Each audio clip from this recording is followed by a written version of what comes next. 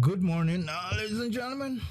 Very early in the morning at my end, and so just imagine how very briefly I intend to make this. Matter of fact, this is a this is just a simple test broadcast, and I was just watching, a colleague of mine, Moni Kishen, Moni Boy, and he had to go. So just about scheduled to be on his show. Um, and as you all know, the CPP, of course, um, it's in its own, infighting, stalemate, and so on and so forth. So a lot of things are going on right now within the CPP, and I would refer to that as it's all geared to doing the right thing.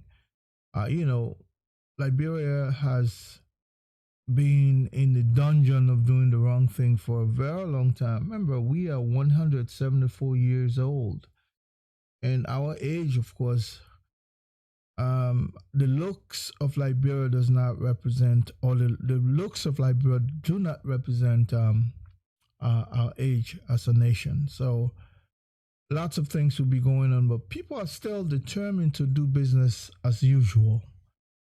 And us in the CPP, we have incorporated a group of people, an individual who stands for the right thing.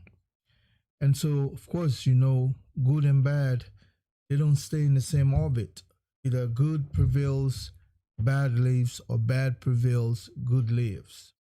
Black and white, night and day. Uh, Very rarely night and day meet. When meets day, of course, you expect something called an eclipse of the sun. But they cross paths with each other.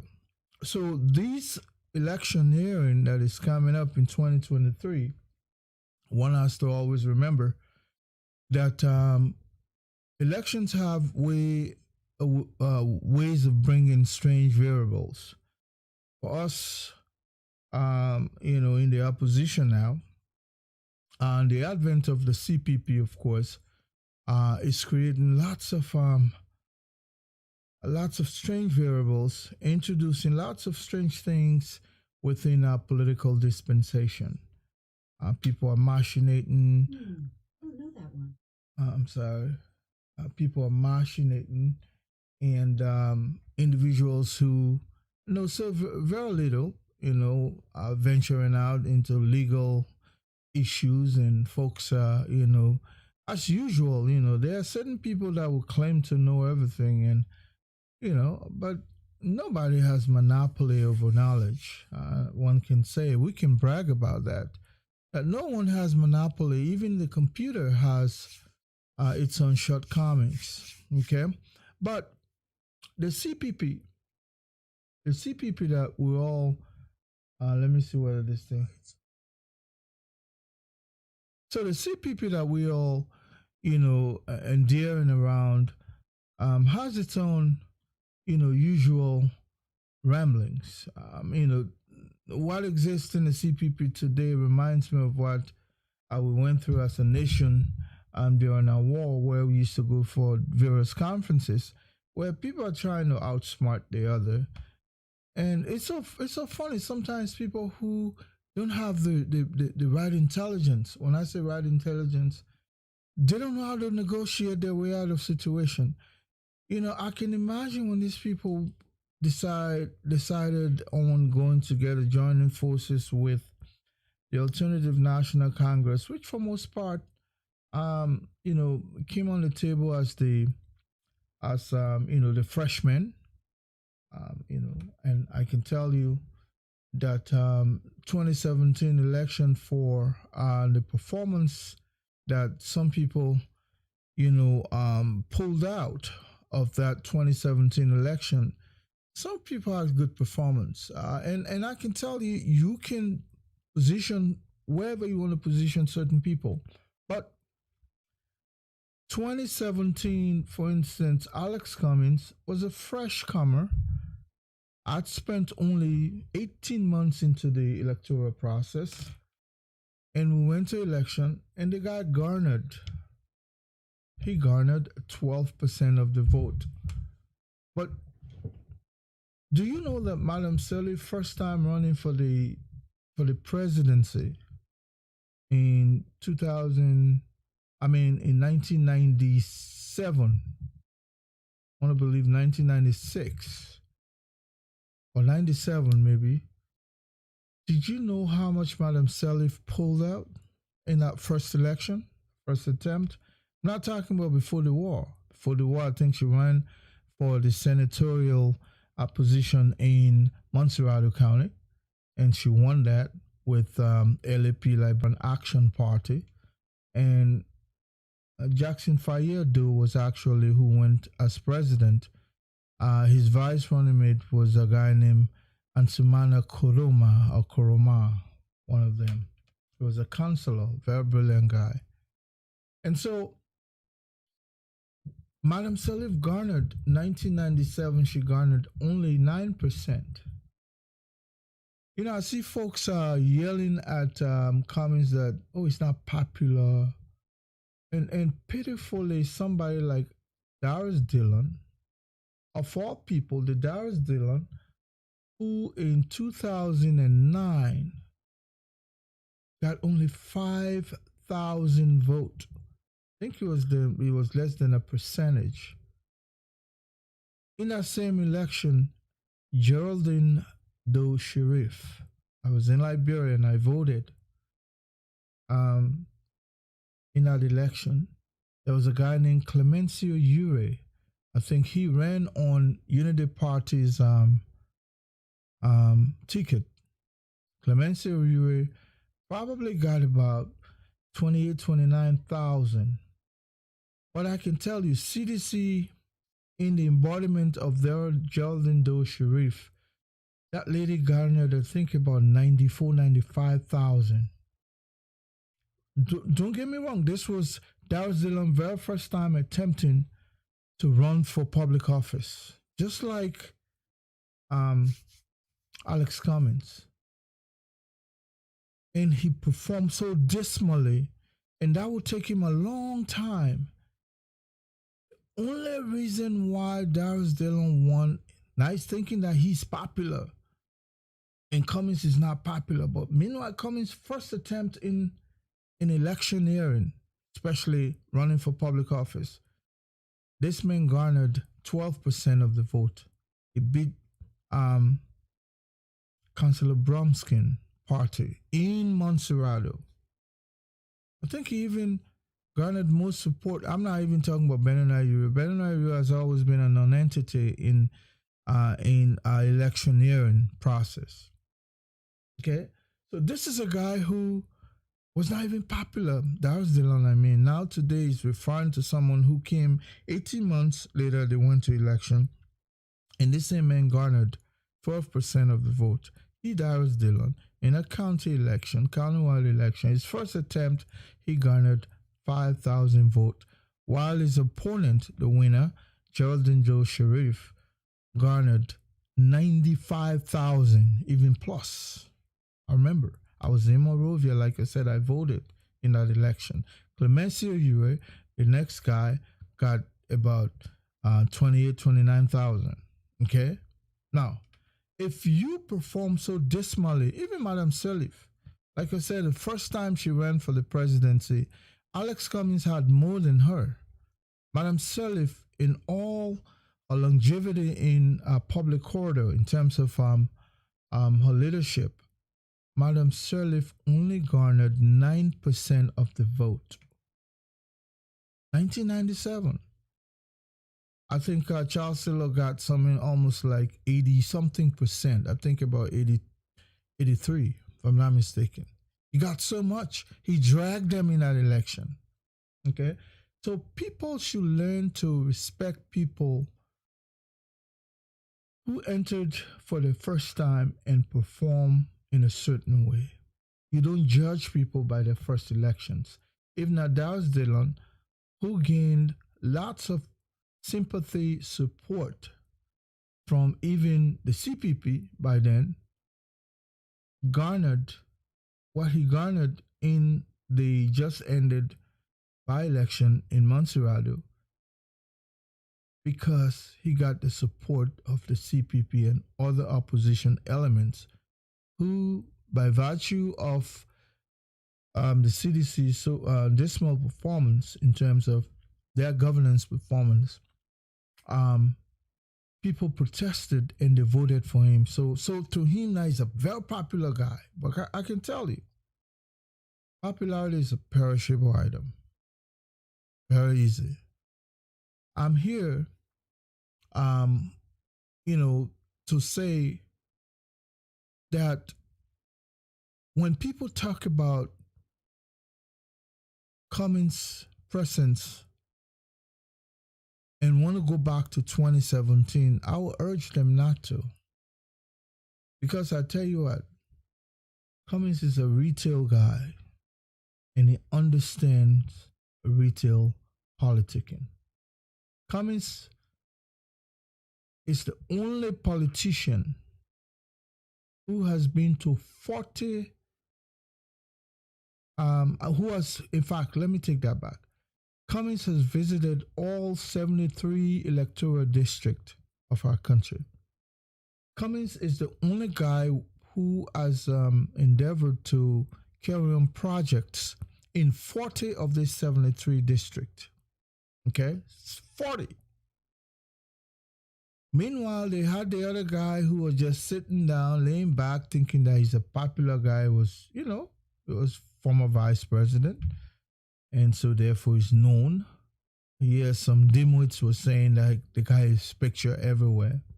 But the Liberian dispensation is changing rapidly. This time they don't only vote people by name. They want to see tangible things you've done. I think those in the Unity Party have only realized now that they have not put in the body of work that Alex Cummings has put in. Alex Cummings is beginning to win people toward him, especially this electoral district. We're not talking about Montserrat. Just said I'm in Morovia there and thinking that they'll vote for you anyway because you were the former vice president. That is a myth. This is why the Unity Party will go on to field 5 different by-elections and they lost all 5. So I would say this number thing is just mythology. It's an imaginary thing. People are looking at what the man garnered. They imagine you got the opposition in your favor and you garnered 400,000 in a runoff election. There's a reason why. Okay, so this particular broadcast, my intention here is to tell you that they have now realized that Alex has really put in the work. So even those delegates that will be coming into to vote, those delegates, I can tell you that those people are gravitating towards Alex Cummings. And they only now realize it. That's why, firstly, I think Benanayure will really die in terms of his level of jealousy towards Alex Cummings. Not only did Alex enter the race late in 2017, that was like 18 months earlier, but compared to somebody who has been there all throughout and selling himself as the only successful Liberian who was hiring people. So people started complaining about him not paying them, blah, blah, all that stuff. But for him to see Alex performing the way he's performing, matter of fact, I understand that one of the reasons why Alex walked out of that meeting, Ben and I were so angry. Ben and I and this Henry Costa kid continue to see a grown man like Mr. Cummings. They continue to seem like their big boy. Look like today, say the other people instructed him. I thought Henry Costa has a mental issue, but I didn't know it was so severe. I think one time I made a presentation about schizophrenic personality, the ability to change, that bipolaric system, that way of behaving like two individuals. Okay, it will cost Buckeye today, then it will support him tomorrow. It will cost George Weah tomorrow, and then today is praising him. And people have said it that don't be surprised one day you see Henry Costa towing behind Alex Cummins, because eventually they will realize that they have not put in the body of work. And it was reflective in the recent endorsement they had for Joe Buckeye. This is a guy who they have carried on their shoulder as the most popular guy that can defeat George Weah. And this is a guy who had this pitiful endorsement just a few days ago, in spite of the fact that they sent mega bosses to go out and about to bring people, bigger bosses, mega bosses. And look at the attendance. And you know that they're challenging that particular thing now. The partisan of Unity Party want a real primary because they want to go there, a real convention. They want to go there and challenge Ambassador Buckeye. Okay, so I'm saying this because people believe that the old man is so popular, but I can tell you that, look, you can see the old man that is losing grip. He's getting tired and tired because what they expected was a coronation. They were going to determine who heads the CPP, and by default it was Buckeye. They did not anticipate this level of resistance, and the more we're pressing, the more they are losing grip because, number one, the odds are stacked against them. Even their own dues to pay as simple as a due. When you come into an organization, you have to be able to sustain that organization with the finance. They have not paid a single penny. They don't have the money to go out and campaign. Alex has been going from district to district, 40 different electoral district. Cummins has project going on there, 40. So the other 33, this is his plan now to go there and execute certain things before we get to a certain reasonable time of the elections. But Cummins didn't do, or is not doing this thing because, definitely he wants their vote because he could do more. But the fact that an older guy was sitting there expecting to be coronated as the leader of the CPP, and now they have realized that their own, and these are genuine people. Remember, the CPP has a framework that even suggests how delegates will be selected. They describe the delegate, section 6 point something of the framework, describe how the delegates will be selected. And furthermore, there's a clause of anonymity. In other words, even the party does not know who are some of these delegates, because people will form their own caucuses somewhere and determine the 3 or 4 people that will come forward. Okay? Now, they have found that Cummins has projects all over this place. Meanwhile, this giant that was sitting down, thinking that he was so popular, have noticed that more people, even within the Unity Party. Now I understand they're discussing whether to keep Amin Modad. Amin Modad won an election for 6 years, so it's gonna be there. It's gonna be there. The only person that demands a party convention to determine its electability within the party is Joe Buckeye, because he's the one they want to put forward. Now they're talking about black party, black voting. When people like Costa, who have read so limitedly and who does not even understand the legal implication of some of these things, when he, gets up to talk and he has his own cheering squad who are themselves probably may not even be as sophisticated. Let me tell you about our electoral process. besides what the Elections Commission, designates electioneering should look like, our national constitution, there are three different articles there that block voting, you understand, violate. Three different articles. I think Article 50 talk about universal suffrage, that one man, one vote. Secret balloting, Article 77, that you can vote, but it must be secret. Okay? And Article, I think, 81 of our national constitution also talks about the right to canvass. So anybody who is running for election, you must be given the right to canvass among the delegates or the voters.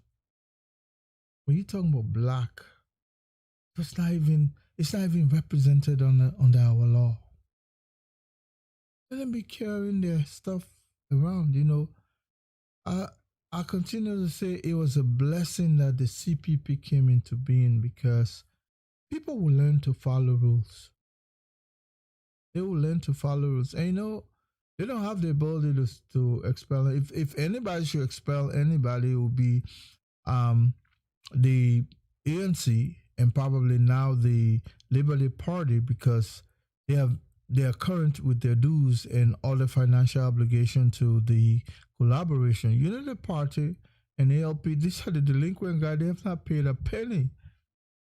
So therefore, they are the least people supposed to worry about. Okay, and eventually, these folks will realize that they are losing this campaign. They're losing it. They can go and gang up and make noise and intimidate people. I continue to say, Ben Ayue thinks he's another warlord who has, that this egregious voice that you can just raise it on against others. He's a weakling.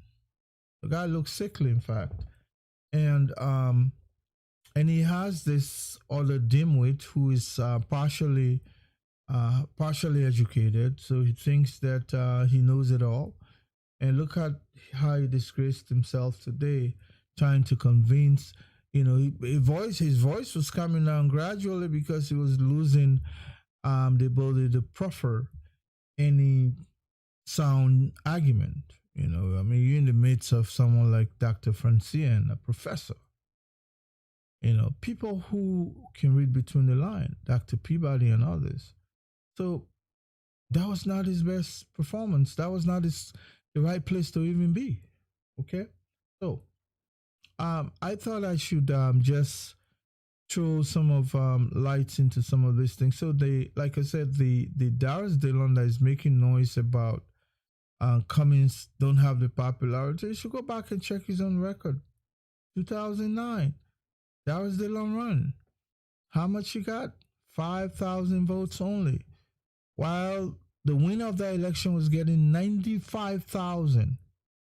The second, Clemencio Ure, I think about 28 or 29,000. Okay, like I said, I voted in that election just as I voted in other elections. I was there in Liberia. So people should always go back and check people who are just coming into politics to wet their feet for the first time. They normally don't pull big numbers.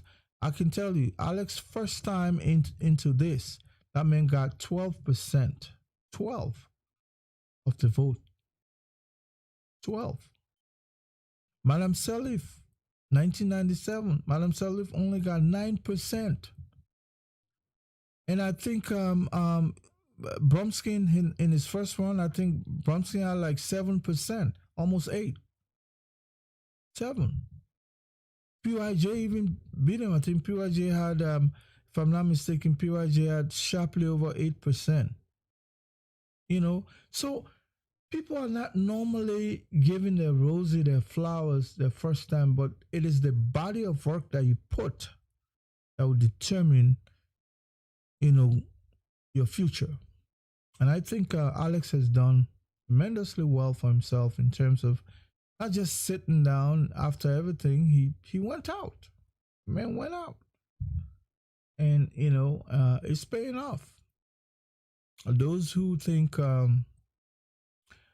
he's done nothing should go face him now in that CPP primary and see. Now they'll have to canvass because Article 81 of our Constitution talks about you must canvass.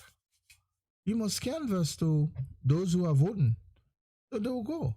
And if somebody has gone in undertaking projects in 40 of our 73 electoral district, definitely the no. You think that people just come into the corridor of a primary and just vote somebody because they were former vice president? And and look at the former vice president. I mean, you can tell that the guy's tired. He's a tired guy. Tired extremely. Where would people are looking for their future. People are so concerned about where the country goes next, and then you're going back to the past to go put it in a very tired guy. Unless if you were some energetic man who were vying forward from the Unity Party, one would say, let's look at him because he's totally different. Well, I mean, a guy who is at that age and very tired is the guy who you can tell that people are willing him to take the election. I mean, to run, to represent them. There's nothing tangible Buckeye brings to the table. We can't even discuss the issues because he doesn't have the knowledge about the issues. You have to be able to tell people what you're going to be doing differently. He doesn't have it. I sometimes hate to talk about the old man because he's pious. He's an elder state person. He has done so much in life. So it's about time to just call it off. And anybody who sits and imagine that they will impose themselves on the election, man, they're joking because some of us will not agree. It's not going to happen. Just find something else to start thinking of doing, as opposed to just imagine that you hijack an election, especially one where your money is not involved.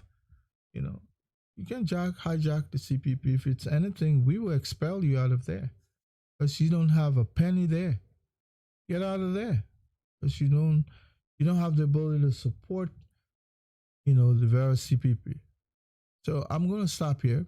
This is just a short broadcast I intend to do. I will post this, and whoever wants to see it, if there's any information there you can get out of it, that's fine. Like I said, the block voting, go and check. Look at Article 50, the universal suffrage, one man, one vote of our Constitution. Article 77, I think it talks about the ability to canvass and to cast a ballot through secret balloting. I mean, in other words, you can vote. You have that kind of responsibility not to expose your choice. So you have the right. It's a right of privilege. It's a right guaranteed by the Constitution that your vote shall be done secretly. And 81, anybody who wants to, run must be given also a constitutional responsibility to canvass, to campaign, okay, among the delegates, the voters. And so when you go do block voting, where is it supported under our law? Go bring your best lawyers and let them come and argue. We'll be around. Some of us with, who read law a little bit, we might not be the best constitutional scholar, but we can cite, some various legalese within our constitution and even our own other domestic laws, liberal law review and what have you. So we read those things, some of us, and so we'll be around. We'll always debunk them. A man who thinks he knows it all, you'll meet us. This is a much sophisticated group. This is not This is not a CDC group that will carry casket over their heads.